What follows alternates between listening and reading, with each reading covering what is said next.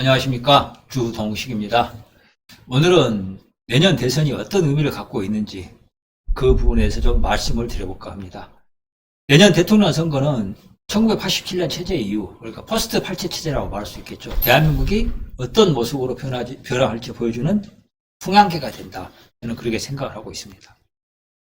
내년 대선에서 우파가 승리할 거다, 이런 기대감이 커졌습니다. 문재인 정권의 실정에 대한 유권자들의 분노가 굉장히 커졌죠. 그리고 우파 후보라고 분류되는 이제 윤석열 씨 전 총장의 지지율도 굉장히 고공행진을 해왔습니다. 국민의힘 지지율도 민주당과 이제 거의 비교되는 수준까지 올라왔어요. 그래서 드디어 탄핵의 후유증을 벗어나는 거 아닌가, 그런 이제 기대감이 커졌습니다. 그 서울 부산시장 보궐선거도 이제 이런 기대감을 키우는 역할을 하고 있습니다. 하지만 우파가 승리할 거라는, 그걸 이제 승리를 점치기 어렵게 만드는 그런 요소들도 많습니다. 우선 문재인 지지율이 좀 이 문제를 짚어야 됩니다. 문재인 지지율은 한때 30%대 중반까지 떨어졌거든요. 그런데 그렇게 멀지 않아서 40%대를 회복했습니다. 지난 2017년 대선에서 문재인에게 지지표를 던졌던 그 지지층이 그대로 유지되고 있다는 겁니다. 한 5, 6% 정도 떨어졌던 그 지지층은 지지를 유보했다기보다 지지 표명을 유보했다. 그러니까 문재인 지지한다고 말하는 게 창피해서 좀 그걸 숨기고 있다가 다시 복귀했다. 문재인 지지로. 이렇게 이야기를 해야 될 것 같습니다. 결과적으로 문재인은 직선제 개헌 이후로 최초로 레임덕 없는 대통령으로 남을 가능성이 커지고 있습니다. 그리고 이런 현직 대통령에 대한 평가는 그 다음 정권 창출에 있어서 굉장히 중요한 영향을 끼치거든요. 그리고 문재인 정권에 대한 분노, 이 성격도 따져야 됩니다. 문재인 정권에 대한 그 실정에 대한 분노가 커진 것은 사실인데, 그것이 과연 현재 집권 세력 자체에 대한 거부인가? 이 부분은 의문의 여지가 있습니다. 2019년 가을에 그 광화문에서 굉장히 우리 우파 애국 시민들 많이 모여서 데모를 하고 항의를 하고 그랬습니다. 그때 그 조국 퇴진 시위 현장에서 저도 이 가두 서명을 받았습니다. 이때 어떤 60대 여성하고 대화를 나눈 적이 있었어요. 평생 이제 자영업을 하시다가 장사가 너무 안 돼가지고 가게를 좀 접고 쉬고 있다는데, 이분이 이게 나라가 왜 이 모양이 됐느냐, 좀 설명 좀 해달라. 그래가지고 말씀을 걸어오셔가지고 대화를 하게 됐습니다. 이 여성은 최저임금제에 대해서는 그거 너무 올라가지고 죽겠다, 그렇게 말씀하시고, 또 그런데 또 탈원전에 대해서는 아주 원전이 불안한 거 사실 아니야, 탈원전이 맞는 것 같다, 이렇게 좀 사안별로 좀 의견이 다르시더라고요. 이 여성하고 여러 현안에 대해서 제가 대화해보고 느낀 것은, 이 여성이 문재인 정권의 여러 정책에 불만을 느끼고 있지만 그게 이 정권에 대한 전면적인 거부는 아니라는 것이었습니다. 간단히 말해 그 여성은 문재인 정권의 통치 정당성, 통치의 정통성에 대해서는 전적으로 인정하고 있었습니다. 특히 제가 경악했던 게, 이분이 대화 끝내면서 하신 말씀이었어요. 자기가 지난번 대선에서 홍준표를 찍었다고 이야기를 하시는 거예요. 이 여성이 흔히 말하는, 그러니까 강경 보수 성향 유권자였거든요. 그런데도 불구하고 문재인 정권의 정치적 정당성에 대해서는 전적으로 인정을 하고 있었다는 이야기입니다. 지난 대선에서 문재인을 찍었다는 50대 전문직 남성하고도 대화해본 적이 있습니다. 문재인의 최저임금 대폭 인상, 탈원전, 친북 종중, 반미 반일, 여기에 대해서 이분은 전적으로 문제가 있다고 아주 인정을 하시더라고요. 그런데 중요한 건 이분의 결론이, 그래도 문재인 정권을 지지할 수밖에 없다 하는 그런 거였습니다. 그리고 그 이유에 대해서는 본인도 속 시원하게 답변을 잘 못해요. 이제 제가 이거 두 가지 제 개인적인 경험을 말씀드렸는데, 개인적인 경험이라서 일반화하기는 어렵다, 그렇게 볼 수 있습니다. 그래서 최근에 여론조사 회사 글로벌 리서치가 발표한 그런 결과를 가져봤습니다. 20대 여성의 국민의힘 지지율이 1%라는 결과로 나와가지고 충격을 주었던 그런 조사죠. 이 조사에서 국민의힘 지지자들 가운데 정권 교체가 되어야 한다는 응답을 한 분이 52%에 불과했습니다. 그런데 정권을 유지해야 한다고 답변하신 민주당 지지자들 답변은 68%, 거의 70%에 가까웠습니다. 즉, 이게 뭘 보여주느냐. 정권을 교체해야 한다는 국민의힘 지지자들의 요구는 미약하다는 겁니다. 그런데 우리 정권 반드시 연장해야 한다고 생각하는 민주당 지지자들의 욕구는 훨씬 강하다는 겁니다. 국민의힘 지지율이 민주당을 비슷하게 왔다 해도 결국 그 지지층의 요구, 정권 교체에 대한 요구가 어마어마하게 차이가 난다는 거예요. 이건 이제 대한민국 정치가 여전히 탄핵의 자장을 벗어나지 못하고 있다는 것을 보여줍니다. 보다 근원적인 지점에서 분석을 하자면 이는 87년 체제의 필연적인 귀결이라고 봐야 할 겁니다. 그럼 87년 체제가 어떤 특성을 가진 체제냐? 87년 체제 이야기합니다만 간단히 말해서 1987년에 이제 헌법이 개정됐기 때문에 87년 체제라고 부르고 우리가 살고 있는 체제가 87년 체제고 이제 흔히 육공화국이라고 부르는 그 체제를 말하는 것.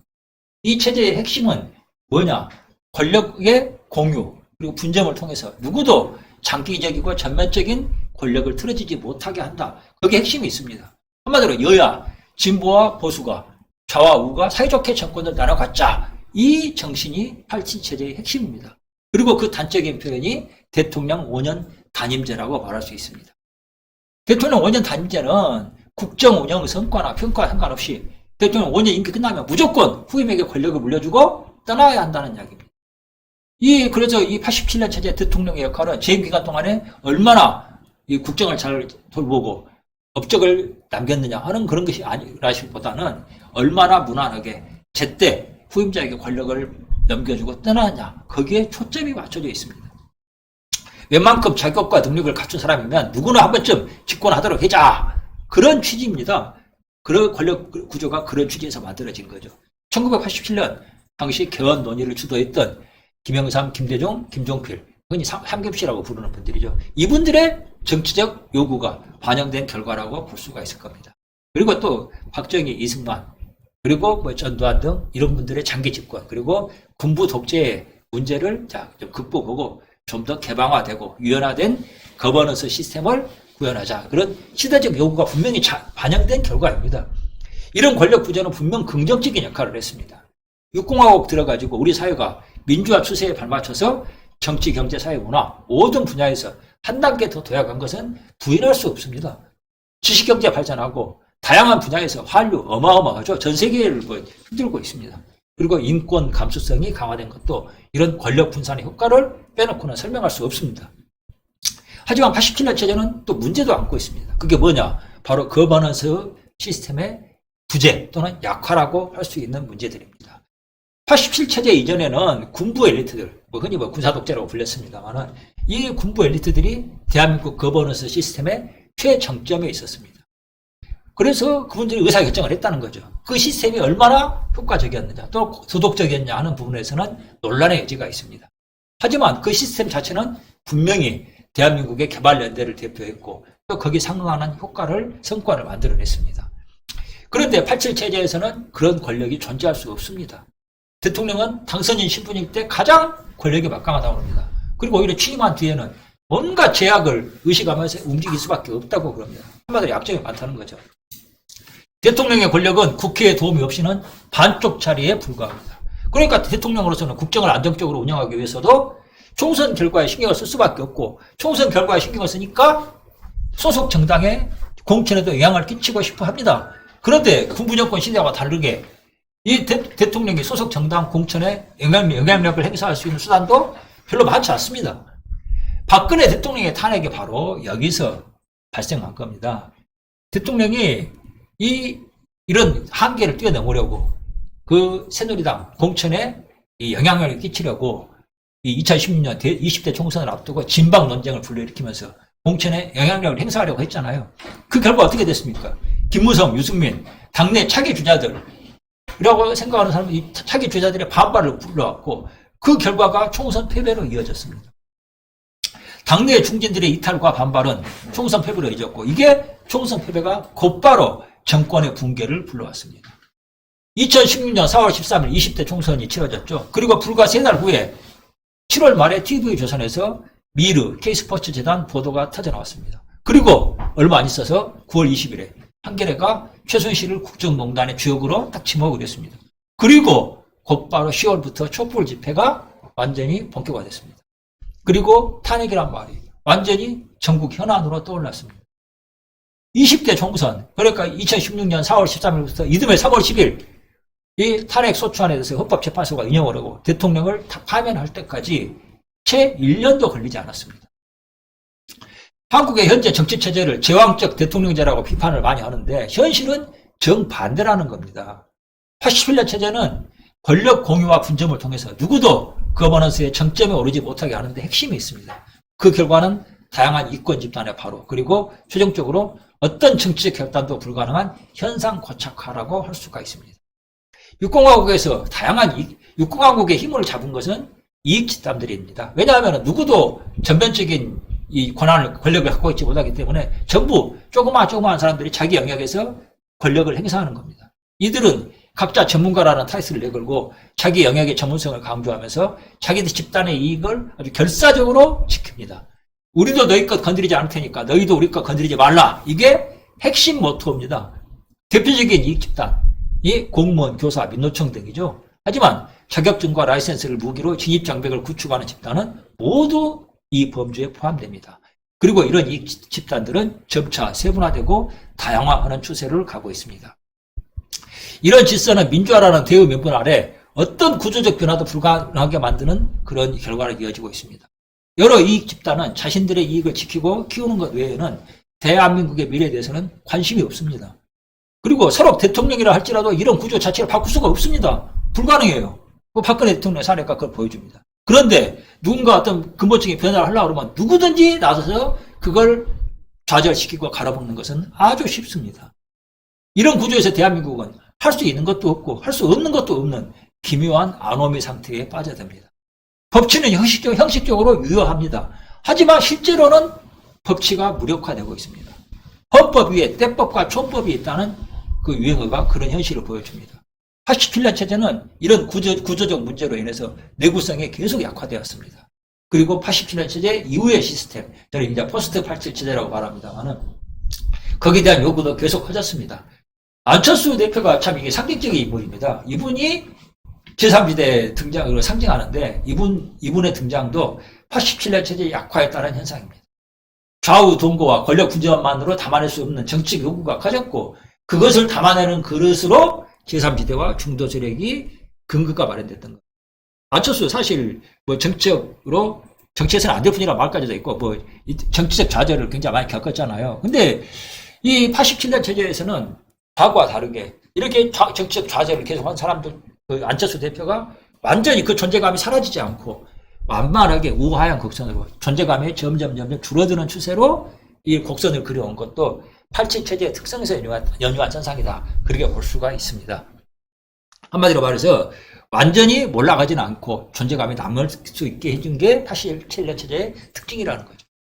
87년 체제는 그 출발점에서 보면은 직선제 개헌을 내세운 좌파의 정치적 승리를 우파가 6.29 선언, 노태우 대통령이 주도한 거죠. 주도했는지 그냥 얼굴마다만 했는지는 모르겠습니다만은 우파가 이 6.29 선언으로 이런 정치공학으로 좌파의 승리를 간신히 저지해낸 결과물입니다. 우파는 그래서 이 노태우 정권을 통해서 제도권 권력을 유지할 수 있었습니다. 하지만 정치적 승리자인 좌파에게 완전히 명분은 빼앗겼습니다. 좌파는 그 정치적 명분과 정당성을 무기로 제도 권력을 계속 확대해 왔습니다. 3당 합당 자체가 좌파의 영향력을 완전히 배제하고는 정치, 국정 운영이 불가능하다는 판단 때문에 나온 겁니다. 그리고 김영삼, 김대중, 노무현의 집권도 그런 좌파 패권, 좌파의 영향력이 없이는 설명하기 힘든 현상들입니다. 그리고 또 우파 정당 내에서 우파 정치인이라고 부르는 사람들 중에서 좌파 성향이 강한 사람들을 부르는 명칭이 그 개혁파로 분류되고 그랬죠. 한마디로 말해서 이 모든 게 현재 87년 체제 6공화국에서 좌파의 정치적, 이념적 영향력이 얼마나 큰가 하는 것을 보여주는 현상들입니다. 즉 87년 체제는 권력 분점과 공유를 전제로 좌우 동거 그리고 균형을 핵심으로 하는 체제이지만 내부적으로는 그 균형이 계속 무너지는 과정을 밟아왔습니다. 좌파의 정치적 정당성이 대한민국의 정치, 경제, 사회, 문화 모든 측면에서 확대되는 그런 과정을 통해 가지고 권력의 추가 좌파 쪽으로 계속 기울어져 왔다는 것. 그 최종 결말이 바로 박근혜 탄핵 그리고 문재인의 집권이라고 봐야 됩니다. 문재인의 집권은 87년 체제가 완성된 것입니다. 그리고 동시에 87년 체제가 종결됐다는 의미입니다. 87년 체제의 속성인 좌우 동거, 권력의 분점, 그리고 평화적인 정권 교체는 이제 불가능해졌습니다. 왜냐? 좌파가 모든 권력을 장악했기 때문입니다. 바로 좌파가 이 모든 권력을 장악했기 때문에 나타나는 현상이 뭔지 아십니까? 이 문재인처럼 엉망으로 진짜 대한민국 생긴 이래로 가장 그 쓰레기 같은 문재인의 리더십, 국정 파탄에도 불구하고 문재인 지지율이 떨어지지 않고 있다는 겁니다. 그 비밀이 바로 이 87년 체제의 완성이자 종결에 있는 겁니다. 대중들에게, 일반 대한민국 국민들, 유권자들에게 문재인 정권은 그냥 한 정부가 아니라 대한민국 그 자체로 인식이 되고 있다는 겁니다. 레짐 체인지가 완성이 됐다는 그런 의미예요. 87년 체제는 헌정적으로는 아직 유효합니다. 왜냐? 개헌이 이루어지지 않았거든요. 헌법은 지금 그대로 유지되고 있으니까. 하지만 정치적으로는 이미 그 시효가 종결됐습니다. 최근의 개헌 논의는 87년 체제의 정치적 종언이라는 정치권의 문제의식이 반영된 결과입니다. 거버넌스 시스템이 제대로 작동하지 않았던 87년 체제에서 최소한의 거버넌스 기능을 했던 게 법률가 집단입니다. 이거 나라를 운영하려고 그러면 거버넌스가 최소한의 수준은 유지돼야 되거든요. 원래 군부 세력은 당근을 주기보다 채찍을 휘두르면서 통치 시스템을 유지했죠. 하지만 군부 세력이 퇴장한 이후에는 정권을 유지하는 데 있어서 이 거버넌스 시스템, 강제력은 오직 물리력인 폭력이 아니라 법률적 장치를 통해서만 작동할 수 있습니다. 변호사 출신들이 육공화국 들어가지고 국회의원이 많이 되고 대통령도 두 사람이나 만들어낸 것도 그런 현상의 일환이라고 봐야 됩니다. 특히 검찰은 87년 체제 거버넌스의 핵심이었습니다. 육공화국의 모든 대통령은 검찰의 힘을 빌리지 않고는 사실상 통치가 불가능했습니다. 한마디로 깽판을 치는 친구들은 검찰을 동원해서 법적으로 엮어 넣고 잡아놓고 그랬다는 겁니다. 87년 체제 들어가지고 끊임없이 검찰 개혁이 정치권의 화두로 등장했던 것도 검찰의 이런 기능과 비중을 역설적으로 보여주는 현상입니다. 한마디로 검찰에 너무 힘이 세니까 87년 체제가 검찰 아니면 움직이지 않으니까 계속 검찰 개혁을 해야 한다는 요구가 터져나왔다는 겁니다. 그러면 포스트 87 체제는 국민들의 요구는 어떤 것인가? 일단 거버넌스 기능의 회복을 많이 요구한다고 봅니다. 이재명 경기지사 그리고 윤석열 전 검찰총장 이분들의 정치적 기대가 모아지는 것도 역시 되는 것도 없고 안 되는 것도 없는 87 체제의 한계를 극복해달라는 그런 요구의 일환입니다. 이 두 분이 행보가 강력한 리더십을 연상을 시키잖아요. 그런 점에서 87 체제 이후를 어떤 식의 요구가 나오고 있는가 하는 것에 대해서 좀 읽을 수가 있습니다. 그런데 한 가지 여기서 좀 찜찜한 부분이 있습니다. 윤석열 전 총장은 87 체제의 현상 유지 요구를 대변하는 존재이기도 합니다. 뭐 검찰이 87 체제 유지의 핵심 기능을 했다고 말씀드렸잖아요. 근데 윤석열 총장은 바로 그 검찰 경력을 배경으로 정치적으로 두각을 나타냈던 거거든요. 이른바 검수안박. 이건 뭐 문재인 정권의 정략적 요구가 반영된 게 사실입니다. 그럼에도 불구하고 검찰 개혁이라는 명제는 87년 체제를 극복해달라는 국민적 요구와 시대적 요구와 맥락을 공유하고 있습니다. 이 사실은 부인할 수가 어렵습니다. 윤석열 전 총장은 바로 그런 변화에 대한 그 저항을 대표하는 인물이라고 봐야 됩니다.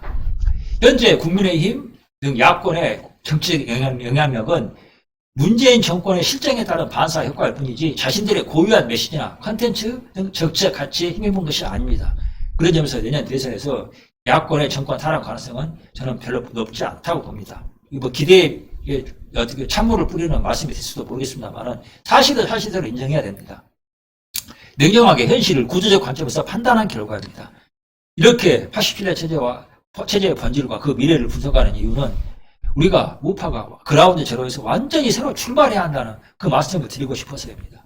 이렇게 새로 혁신하지 않으면 우파도 대한민국의 운명도 암울하다는 전망을 내릴 수밖에 없습니다. 제가 끊임없이 국민의힘을 혁신하고 당원 중심 정당을 만들어야 하고 말하는 이유가 거기에 있습니다. 지금은 이런 게 도대체 무슨 의미가 있나 생각하시는 분들이 많을 겁니다만 여기서 우파 정당을 근본적으로 혁신하는 이 지점에서 시작하지 않으면 안 된다. 그 말씀을 다시 한번 강조하고 싶습니다. 들어주셔서 감사합니다.